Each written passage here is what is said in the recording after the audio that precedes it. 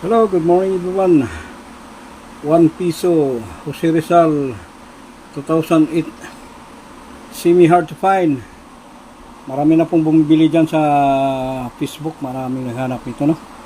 Mataas na ang bilihan. Pasok na po ito sa semi hard to find. Yun na pong nagbubuo dyan, lalo na sa mga baguhan, no? Yung naghahanap ng ganitong year. Nais lang po kaming tumulong sa naghahanap, no? Ito po guys, napakahirap pa po ito hanapin, no? Pero sa awa ng Panginoon, 2008, napakadami ng hawak ni SR. Nais lang namin tumulong sa naghanap guys, no? Baka may PM lang direkta, no? Kasi si SR, napakadami ng hawak na 2008, no?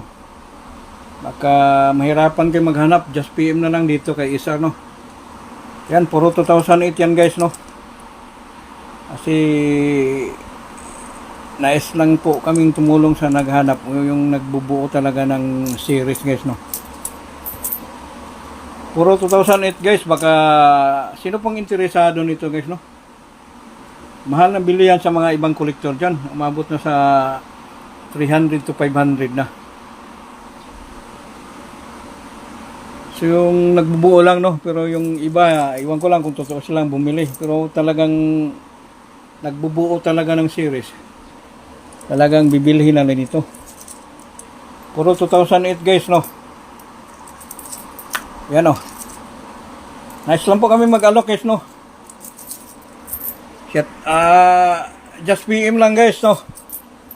Yung nais magbuo ng series 2008, pasok na po ito sa semi hard to find, no? Kasama ng 2006 tsaka hard to find 2005, no?